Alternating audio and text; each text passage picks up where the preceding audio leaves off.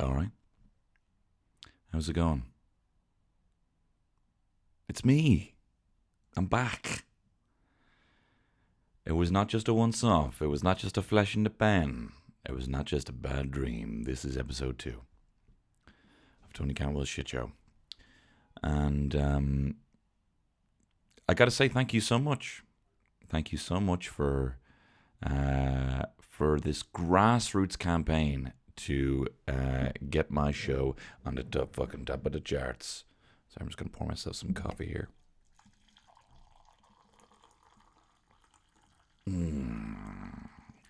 That always goes down smooth.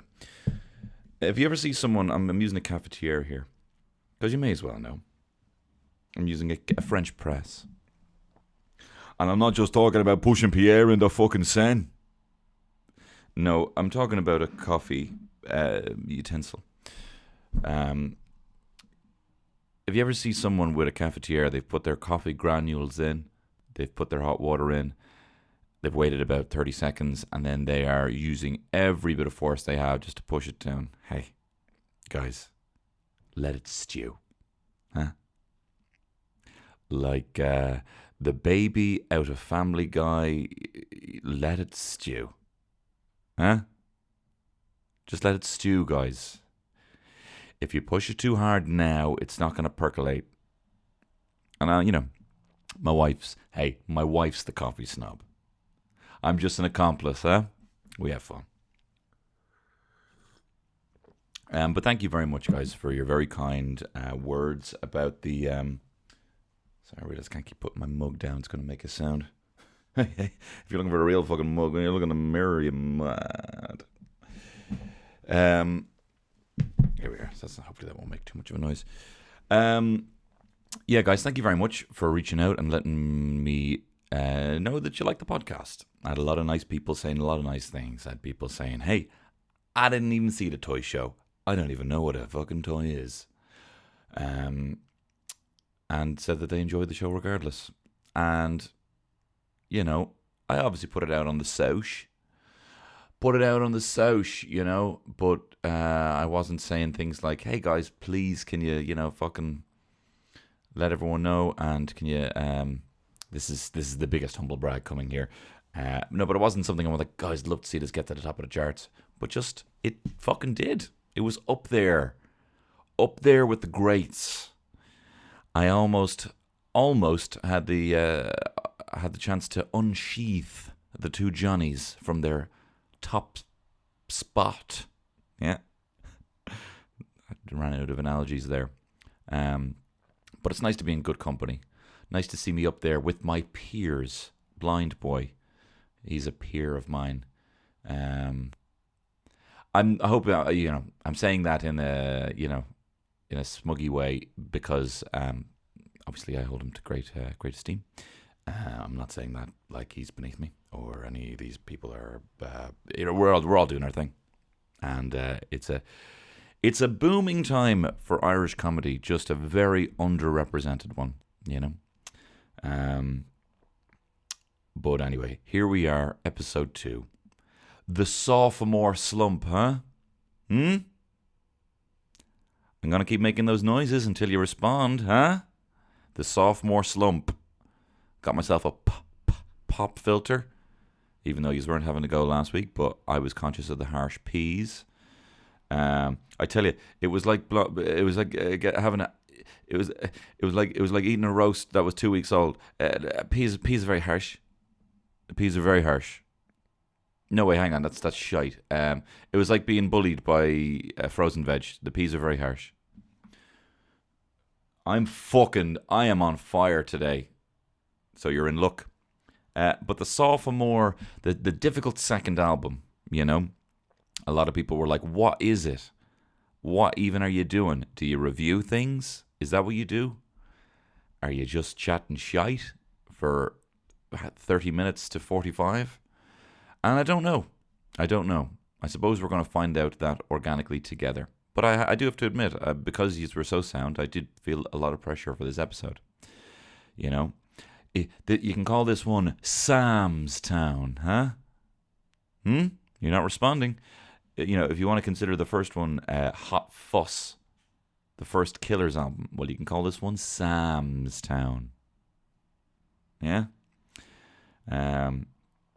Which actually fucking had some bangers on it. You had When You Were Young, which, not to brag, guys, is a song I used to be able to complete 100% on Extreme on Guitar Hero. And I tell you, one of my greatest memories of all time was playing on hard, now mind you, not Extreme, Du Hast on hard in front of a group of people. And that's a tricky one because it requires a lot of up strokes and down strokes. Du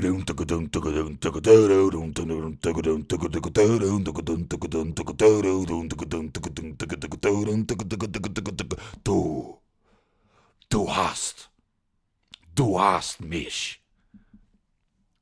Just means you hurt me, doesn't it? You hurt me. People are going to be like, actually, man, it doesn't mean that. It means it's actually fucking, it's actually to do with the fucking concentration camps. Or whatever. Maybe it's not. But anyway, Sam's Town had some good records. I was looking it up here because I have a screen here for some notes. I'd like to make this feel organic, like I'm just, like you're browsing with me online. And Sam's Town had, why am I talking about Sam's Town? Does anyone know? Anyway, it had some great tunes. Was also given the year 2010 by Rolling Stone, rated number 1 most underrated album of the decade. And the fucking Clemson Rolling Stone only gave it 2 stars. So who are you blaming? Anyway, guys, this is, that's as good an intro as any. This is Tony Campbell's Shit Show.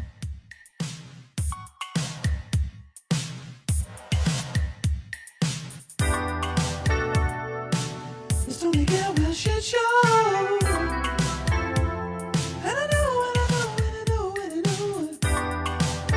That the show is Tony Campbell's Shit Show. And I know, yeah.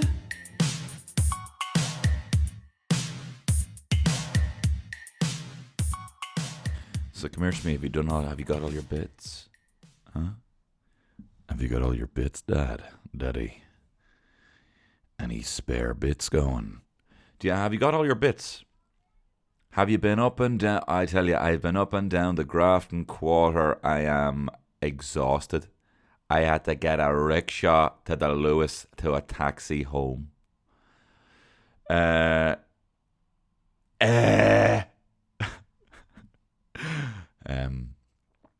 don't mind the Grafton Quarter, and I'll tell you why. People who don't know, in Dublin, our main shopping street, which is already a fucking cookie cutter replica of every, European high street. I can't tell you how many times I went interrail. Well, I went interrailing twice, so there I can't tell you. But how many times while interrailing, we'd show up in a major European and be like, I didn't even say city there. That's how we'd show up in a major European and basically, we'd show up in a major European city and just be like, oh my God, this is like Grafton Street. Or like 18, 19. Oh my God, guys, it's like Grafton Street. Did they steal the idea? So Grafton Street's already a copy of all these shopping streets. But to call it the Grafton Quarter, I like new words that show you. I like when people start adopting the new word. I'm like, okay, you call it Grafton Quarter. Good to know. You took the soup. You took the pill. Right? You're one of those guys who calls it the Grafton Quarter. You and me are done now professionally. It's good to have this distinction. I'm still going to call it Grafton Street. I'm still calling the fucking... I'm also conscious I was swearing far too much last episode. I'm still going to call it the Grafton Street. And I'm also still calling the Aviva Lansdowne Bloody Road. So what do you think of that? I'm still calling it that, and I still call it the Point Depot, the O2, 3 Arena, whatever it's called now, the Point Depot. I'd be like getting in a taxi, saying, take me to the Point Depot, please. I'm seeing my peers, fucking whoever, I can't even think of a big comedian. I'm going to go see Bill Burr, one of my peers, at the Point Depot, taxi man. Please take me there. And he's driving around and he's like, it's not coming up on Google. And I'm like, well, you'll find it. It's the Point Depot. And he's like, mate, I'm just going to level with you here. It's 60 quid here on the fare. We can keep going round and round. What is this place called? The Point Depot.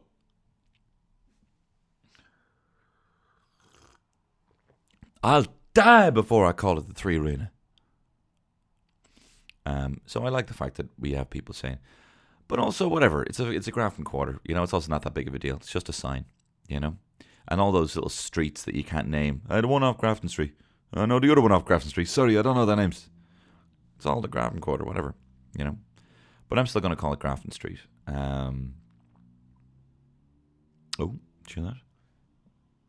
Bloody night rider outside. Some bloody fella on a motorcycle. What is it with... Now, here we go again. Here, one of my classic roasts, right? What's the deal with these what's the deal with these motorcyclists? Are they trying to dress like a wasp? Sorry, mate, are you wearing clothes and a helmet and doing your bike up so you're looking like a wasp? Because that's what you look like. So buzz off, mate. Hey, if you want to, and here, if you want to listen to music, listen to Sting.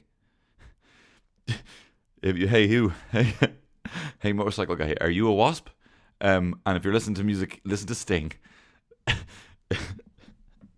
Cantwell goes off on two wheelers. So guys, I'll be honest, I don't know what this podcast is, but I really did enjoy actually reviewing the toy show last week. I liked breaking it down step by step, and giving it a bit of a star rating. So look, we're in the silly season now, and I do want to talk a bit about that. But I came in last night. Oh my god! After hitting the mic, I tell you, it's like bloody walking in on a Jackson with your son. I hit the mic, and I said, "No, that's horrible." Okay, sorry about that, guys. Sorry about that. Well, speaking of which, let me tell you a little boy he didn't touch, apparently. Macaulay Culkin. Something I like to say when my wife or someone is a bit quiet. I'd say something like, cheer up there, Macaulay sulking, is something I'd say. And immediately they wake up. They're like, oh my God, I can't believe he said that. I'm so happy. So I rewatched Home Alone. Of course, I watched the Netflix show, The Movies That Made Us. Big fan of the toys that made us as well, which was the first one. And basically, they're little mini documentaries. They're very well cut, very quick. There's a lot of editing in the gags. Gags in the editing. And it's a really good show. But the original show is that on Netflix, they go through iconic toys, whether it's Barbie or Teenage Mutant Ninja Turtles, Star Trek, Star Wars, wrestlers. So pretty much my best friends, being a chubby child of divorce, being spoiled rotten, I had everything. But I'll talk about that in another episode, or maybe on the upcoming live episode when, because pretty much in December all you can do is talk about Christmas, and I wouldn't have it any other way. But one of the other shows they do is The Movies That Made Us, and they only have 4 out. One is Dirty Dancing, one is Ghostbusters, the other is Die Hard, and the other is Home Alone. And watching that just made me fall in love with the film again. Let me tell you how hungover I was recently, right? I was so hungover that I was thinking about the ending of Home Alone, where the old man hugs his grandkid, and I started crying. I was thinking about it, and I started welling up. Da da da da da da da da da da da da. Kevin, I'm so sorry. Kevin, run! From Home Alone 2. And I was so hungover, I was just thinking about that, and I was whimpering. I had to hide it from Kevin McGahern. Kevin was driving us back from Tremor. We had a fantastic time in Tremor, I have to say. Myself and Kevin, Hugh Cooney, the Blizzards were performing as well, and the lads from TPM, all a sound bunch of lads. Obviously, I knew Hugh and Kevin, of course, is a pal of mine. But it was a wonderful show. Waterford Whispers News as well, and it was a wonderful show. 10th anniversary of the Waterford Whispers News, in aid of Pieta House, and it was a lovely show. But they do this thing. It was lovely. There was a green room, backstage, and normally comedians, they might have a couple of bottles of beer or whatever left for them, but we wouldn't really have anything like in terms of a writer. A writer is like when you list all the things that you deserve because you're better than everyone. So, that's really some musicians can be a lot more confident with that. I think comedians tend to be like, well, I ain't worth shit. If there's a toilet nearby, I'm fine. But no, I'm only having a little gentle rib. But anyway, they went all out because the Blizzards were there, Brezzy was there, and I met Brezzy. He's a sound lad, very, very nice, engaging, speaks to you while facing forward. Do you know what I mean? His shoulders face yours when he talks to you, and I got to tell you. Nothing can prepare you. Nothing can prepare you for meeting Brezzy. I felt like a damsel. I felt like I was wearing one of those big parachute skirts, and I had gloves going up to my elbows. I felt like a damsel because when he walked in, I swooned and hit the fucking floor. I hit the floor. This guy is a nice looking man, and they were, but also, I don't want to objectify him. He gets it all the time. But there was one part where he was saying to the rest of the band, who were also sound bunch, he was like, right, so there was a bunch of Pieta House t-shirts in a box, and he was like, I suppose we're playing here, in aid of Pieta House. It's a charity important to everyone. He was like, we put on one of these t-shirts. And the lads were like, I don't know. And he's like, yeah, will we change into one of these t-shirts? And I was immediately, yeah, yeah. Why don't you take it off? Why don't you take it off? Why don't you take off a shirt? And if you want to put on another shirt, great, but you maybe just take that one off and you put another one on. And he did. And let me tell you something about this motherfucker's chest. You could break a pool table off this guy's chest, never mind a cue. And you could blast him with fucking 8 balls, and I doubt he'd even feel it. He's a jacked man. He's huge, jacked man. Is Brezzy. And I realise now I have severed our friendship forever after hammering on about him for so long. So sorry about that. But anyway, there was booze in the green room, and I drank it. I had it. I had it all. But luckily, I was able to get out just before, it was I had about 2 hours of good, solid free boozing, and it was very sound of them in the Ritz in Tremor to put us up, or not to put us up, but to whatever, fill us up full of booze. But I had to do a little Irish goodbye after I found myself in the middle of deep conversation with a group of, not even conversation, I would say educating 4 people around a table about how feasibly and scientifically the Queen could in fact be a lizard. So, which, to be fair, if you've listened to my other podcast, is something I would talk about at length sober.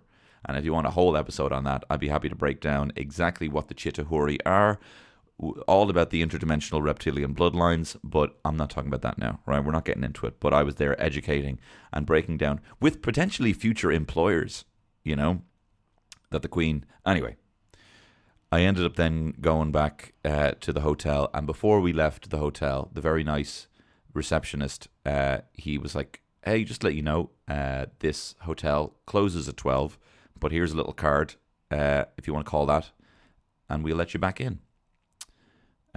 Lost the fucking card, so I didn't have the card. So went back, couldn't find any door that was open.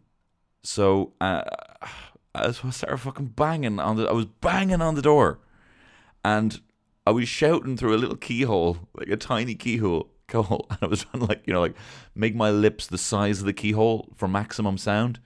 And I was shouting, "Excuse me, hello!" Like I was. There was nothing else that was giving me the fear the next day as much as that. But anyway, I was shouting for about 2 minutes and banging on the door. And then this nice guy opened the door and he's like, "All right." And I'm like, "Yeah, sorry, I forgot the number." And he kind of like takes a step out with me, points to about a millimeter from where I was shouting through the tiny keyhole, and in massive writing was the fucking mobile number. So sorry to the lovely staff of the Sands Hotel in Tramore. I would have to rate the overall stay 5 stars, the staff a whopping 7 stars for their very helpful nature, and the food 4 stars. The bacon was a little bit salty. But anyway, the following morning, I didn't show Kevin, but I was whimpering to myself, thinking about the ending of Home Alone. The old man and his granddaughter. It's a lovely, lovely thing. My name is John Turrard. This is MasterChef, and it's a lovely, lovely thing. Anyway, Home Alone. A few criticisms. Now, well, no, there's no criticisms. And in fact, I'm not going to go through the fucking thing. You know what happens in Home Alone. Of course, this is a 5-star film. This is arguably the greatest film of all time. It is the greatest Christmas film of all time. It shows you the magic of Christmas without anything to do with the presents. You know, but I have to point something out. Something I never thought that Home Alone would age badly. You know, I actually do think that some of the violence in Home Alone 2 goes beyond cartoon and is just a little bit excessive. That's just my opinion. It doesn't have the same sort of, it's a little, whatever. Fucking whatever. I don't want to talk about that anymore. See, I just get bored of myself and I want to move on. But I'll tell you something that didn't age very well.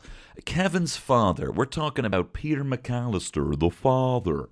This is Peter McAllister, the father. Peter McAllister, he's a bit of a mansplainer. He talks down to his wife quite a lot. His wife is running the whole show. You know, she is taking charge of this massive gaff. You know, she obviously has a feeling, you know. So, first and foremost, they're on the flight, and he's like, "No, it's fine. We got everything. We got everything. Stop worrying. Stop worrying. Stop worrying. Oh, did we leave something on? No. The garage door. Oh, yeah. No, that was the garage door. No, stop worrying, you know." And then she's like, iconically, "Kevin! Kevin!" And then it cuts back to them on the flight later on, and he's like, "Look, it's fine. It's fine. It's fine. It's fucking fine." Like, I know there's elements. I know, no, this is not a gender thing, but I know that sometimes in a relationship there could be dynamics where one person might be a bit more worried than the other person, and rightfully so. You left a fucking kid in a massive gaff who you don't even trust to go down to the basement, right? So for you to be like, "I'll be fine. I'll be grand though. I'll be grand though," isn't helping anyone, right? You need to communicate to your wife here. Appreciate the fact that she's terrified, you know? But then later, this is what really pissed me off, is Peter McAllister is like, they're in France, and he's like, they say, "Oh, the flight," and she's like, "No, that's Friday. I can't leave my son until Friday. I need to get back now." And she is resilient. And then he ends up getting that flight, right? And then when he arrives at the same time as her, he was like, "We got that flight you didn't want to take." And she's like, "Oh, you got..." Like, what? Rubbing it in? "Hey, I was right and you were wrong. I know you were in a fucking van with a bunch of skinny deadbeat dads." Also, by the way, I didn't realize how, you know, like, "Oh, we're bad parents. You know, we're bad parents. Fucking Murphy over there hasn't fucking seen his kid, you know, ever," and all this stuff, you know. They really are a bunch of deadbeat dads. Anyway, Peter McAllister, you need to stop fucking mansplaining to your gorgeous wife. She's a lovely woman. I thought I'd have more material on than that. It turns out, blah, blah, blah, blah, blah. It turns out I didn't. Anyway, Peter McAllister, you're a dickhead. You're a bad father. You're a piece of shit. And I'm glad Tony Soprano smacked the fuck out of you. No, he didn't actually. No, he was the crooked cop. I'm thinking of the mayor. Anyway, no Soprano spoilers, please. Let me tell you something else. When Kevin sits down to his mac and cheese, and it's 9 o'clock, and he doesn't get to eat that mac and cheese, and the burglars arrive, the wet bandits show up, that is the biggest food blue balls I've ever experienced. That's even taking into account the film Chef. Him not eating that has given me the biggest food blue balls in the history of film. Also, a little observation. The airline member who's doing tick, tick, tick, tick, tick. No, there's no flights. Tick, tick, tick, tick, tick. No, I'm so sorry. Tick, tick, tick. No, there's no flights to whatever. Where are they? They're in Scranton, which we all know from the US office. That airline guy is the same guy, or at least looks the exact same as the shitty Tic Tac Santa. Or just everyone had the same glasses in the 90s. This is riveting stuff, Tony Cantwell. And of course then the ending, Waterworks. Anyway, this is not a full breakdown of Home Alone. Just watched it again recently and realised Peter McAllister's a piece of shit. I wish Kevin got to eat the mac and cheese, and they were double dipping on the shit Santa and the chap who worked in fucking Aer Lingus or whatever. I also wrote down here, ending, Waterworks, literally. Hey, wet bandits, are you in my eyes? Because I'm crying.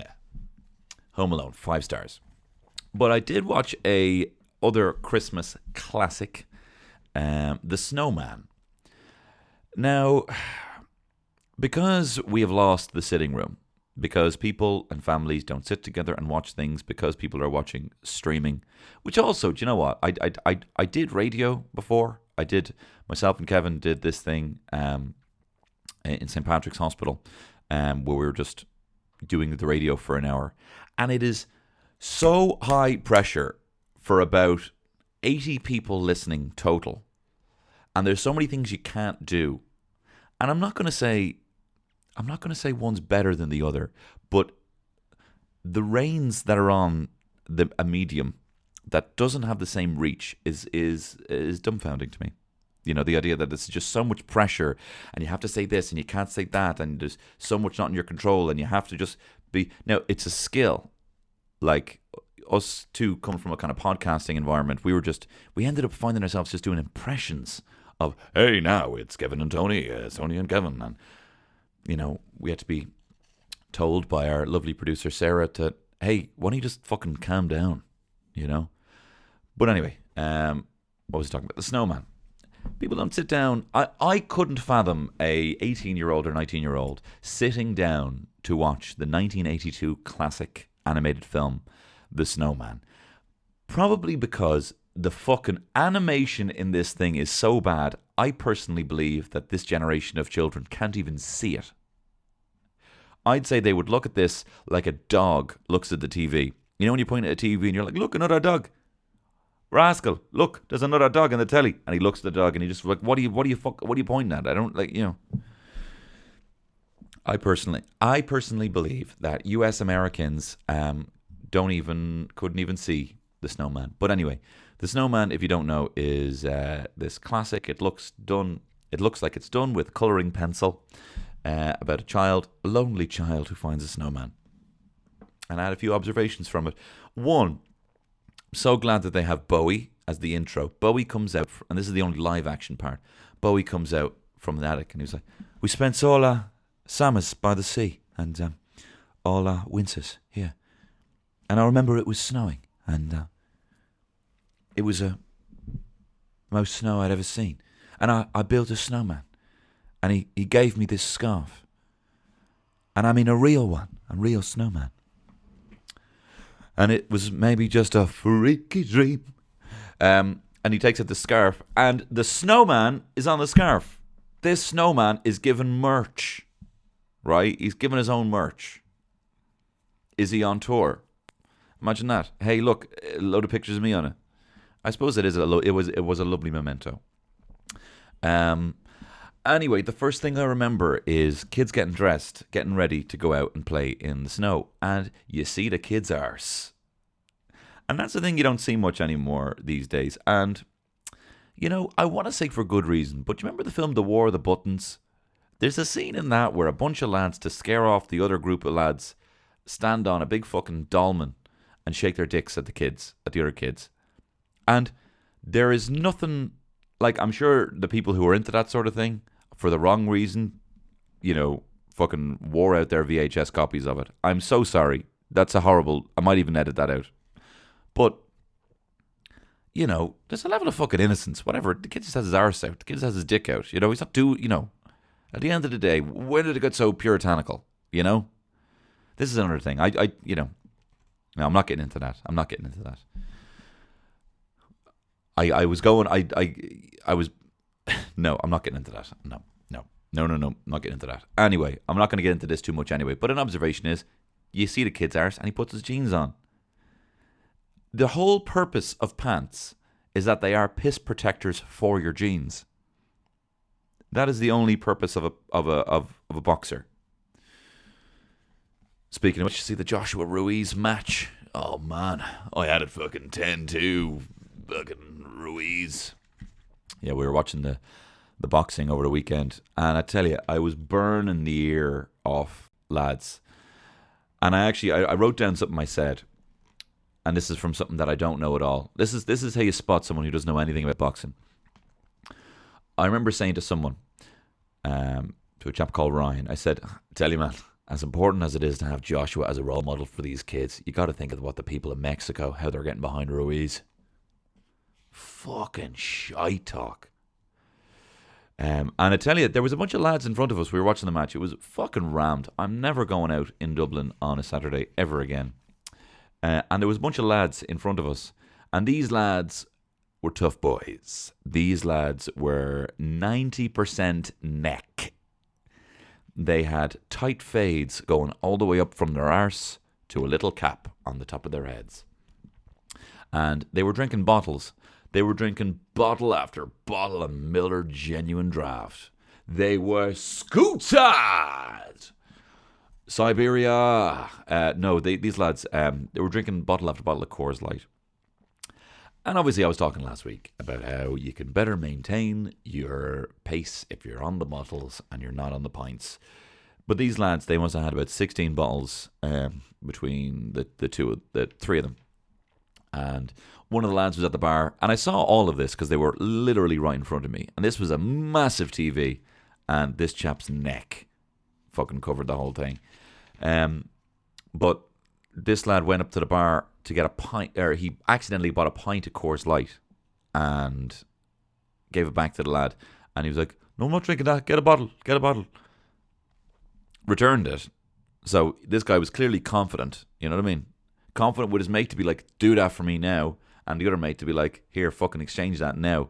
Like, they're not going to pump that back in. You know what I mean? That's gone now. And I was just thinking, what's the most appropriate way to say, excuse me, madam, before you pour it down the sink, I'm a sink. Can I have your rubbish? Can I have your rubbish, please? You can call me the wheelie bin because I wheelie want that pint. And you can call me the bin because I'm the rub. You can put the rubbish in me. When is it acceptable to say, hey, can I have your rubbish? We're trying to pass things on. You know what I mean? And things just end up going in the bin. Give me that pint of Coors. I didn't need it anyway. I didn't need it. If I was talking that shite about fucking Ruiz and Joshua, I didn't need that shit. Anyway, sure. What was I saying? Whatever. Water buttons. Lads getting their dicks out. How lads. Anyway. So the ma and da, I realised, to this kid in the Snowman, the 1982 quote-unquote classic, look identical. They look like brother and sister. They look like Milhouse's parents. Not like them, but they look... to make... Clearly, they probably maybe didn't feature in the original picture book, and so they're like, oh shit, we need to give this cunt, some parents. So we're going to make them look exactly like him. So I believe these man and dad are related, and that's why this kid has no friends, is the fact that they ran away, they eloped. Did you hear that? My little nephew Daniel next door. Anyway, sure. So this chap runs out. He runs out, makes a snowman, and he's rolling the ball. You know, he's you think he's trying to do the classic fucking airplane mode again. You think he's trying to do the classic, you know, which looks nothing like a man. The classic snowman, the 3 balls. Yeah, what are my legs? A big ball, are they? You idiot. My legs are legs. So either give me legs or get off the pot. And you can get that embroidered onto a pillow. You can put that in papyrus font on a magnet. Give me legs, not a ball, or get off the pot. Anyway, this lad does not make the classic snowman. He makes a big tall thing with legs and arms and a big head. And controversially, instead of a carrot, puts a fucking mandarin on the cunt. Puts a mandarin nose. How's he going to get it in there? It's just going to fall out. I tried that. I remember trying that. Saying, Mom, can I have a mandarin? And she goes, you know it's round. It's not going to stay in there. I say, if you... I don't want to lose my calm. Mom, just get the fucking mandarin. Anyway, the kid runs into the gaff. Gets his dad's hat and scarf. Fucking airplane mode. Guys, I'm so sorry. I just need to have this on mute. Here we go. Runs in, gets his dad's hat and scarf, puts it on this thing. And I'm going to tell you something now. If that, and the mother gives it to him, if my wife gave our son my Koss hat and scarf, or my Norse Projects hat, there's going to be, we could be having a divorce. You didn't give me Koss, babes, did you? On a fucking snowman? Anyway, I would divorce the mother, I have written here. Anyway, he leaves the snowman. He has the snowman facing outwards. He obviously doesn't want the snowman looking at him. Maybe there's deeper psychological problems there. He can't have people looking at him. The dad's making toast by the fire. And then in the kid he goes to bed. So that's the whole thing. Is it a dream? Is it a dream? Is this whole experience of what's to come a dream? Also, I had a little observation here. The kid has planes hanging like little Spitfires. Before social media, before we were obsessed with celebrity, chaps were just fucking mad into planes. And I think people should be into planes. There's engineers and stuff like that, you know. But you don't see that much anymore. You know, kids being like, I just want to talk about planes. Well, the Spitfire has a rotary blade, blah, blah, blah, blah. You know, you don't see that anymore. Now it's like, Paw Patrol, I'm a ninja. You know, if someone was into planes now, you'd be like, he's very brave. He's a very brave boy. Anyway, I don't want to fucking talk about here. Anyway, sure, yeah. Anyway, controversially, the nose is a mandarin, not a carrot. 3 exclamation marks. Not a traditional quote unquote SM I've wrote in Snowman. Anyway, the snowman comes to life. And he comes in, and I just can't stop thinking. Right, this is just me. We've had a couple of leaks. We've had just issues with things in the gaff. We've had a lot of issues in things in the gaff here. We've had issues with the washing machine. We've had issues with the dishwasher. Are you like me, guys? Do you often confuse the two? Are you often like, I'm just gonna put some plates in the washing machine, and you're like, well, they're gonna break. Do you mean the dishwasher? Because they're gonna break. I'm just gonna put some clothes in the dishwasher. Okay. If your trousers are actually a cup. Anyway, so it's on the brain. The fact that we've had a few too many puddles I've had to clean up. We've had to put down the good towels. Myself and my darling partner, Terry, have had to put down the towels. And we have this kind of PTSD. We hear the sound of running water, you know that, the sound of it hitting tile. That sort of sound, exactly like that, hitting tile. And we're like, oh my God, another flood. So when I saw this cunty snowman walking around the kitchen, I was like, this motherfucker is going to be leaving puddles everywhere. The dad is going to snot himself. Because the dad's obviously quite old. The man looks pretty old as well. Because this elf fella has dentures.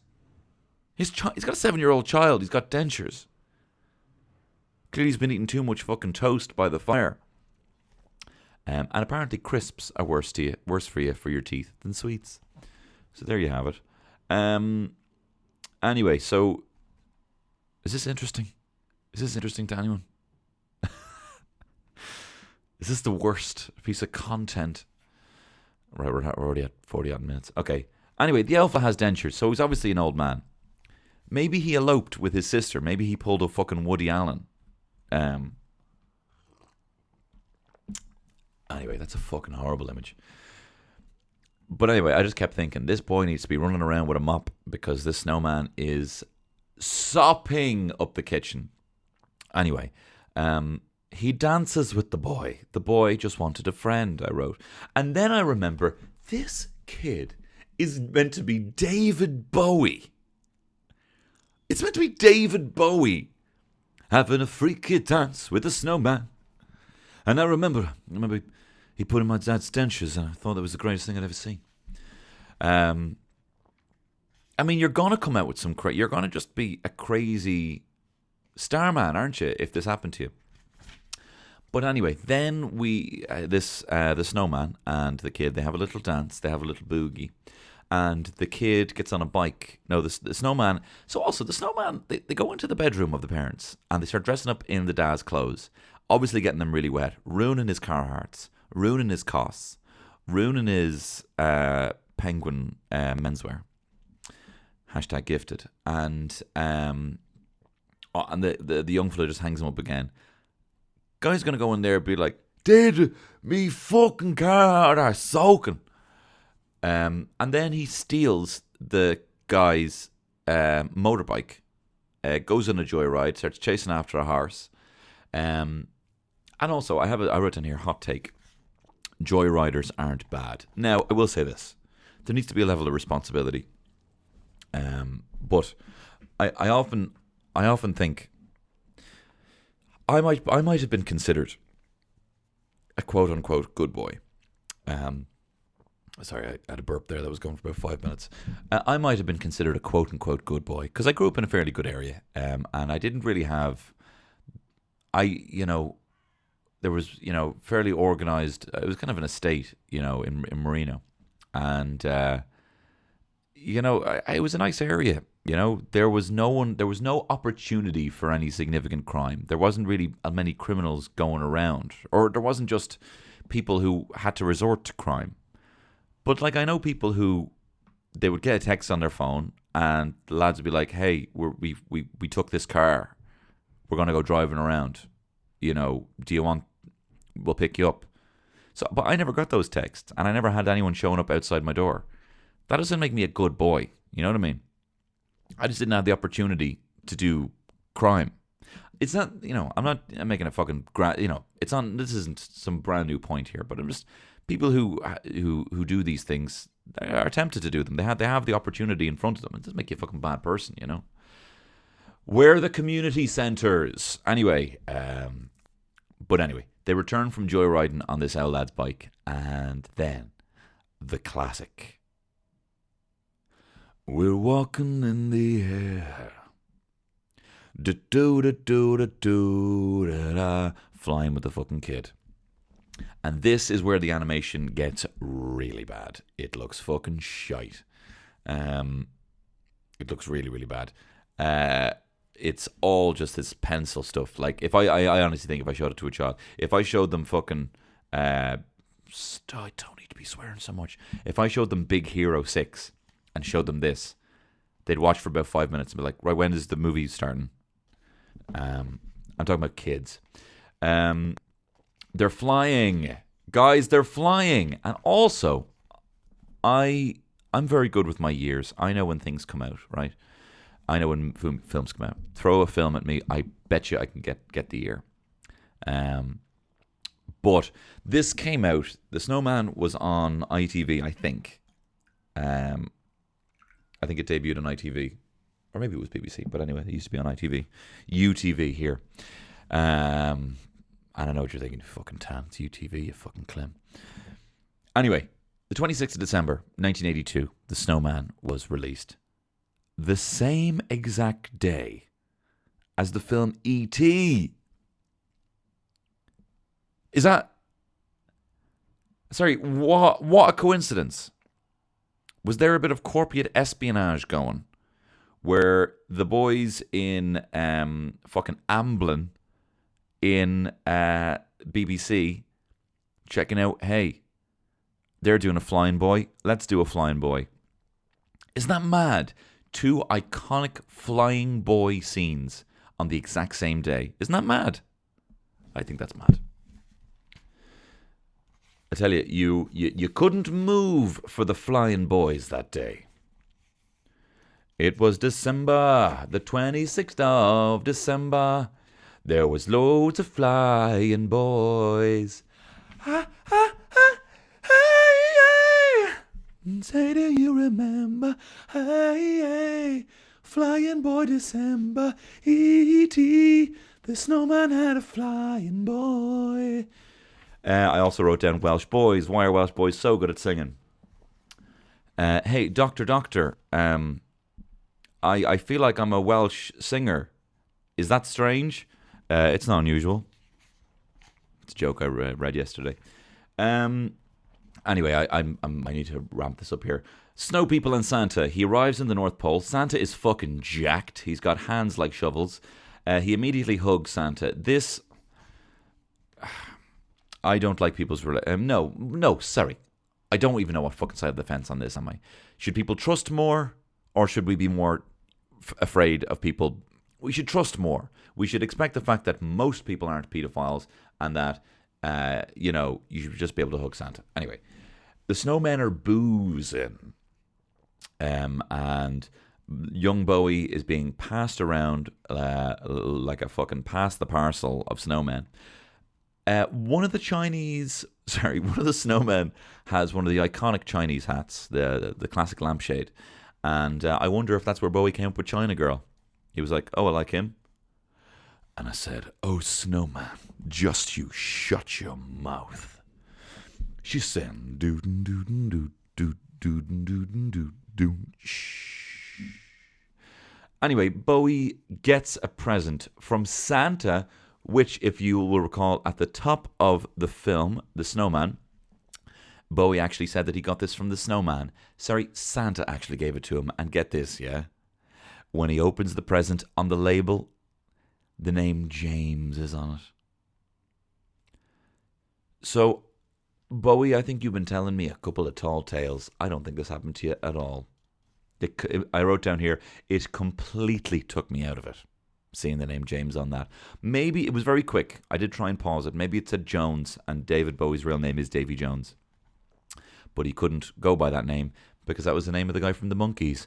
Oh, I could fly beneath the wind of the bluebird as she sings. Remember Davy Jones?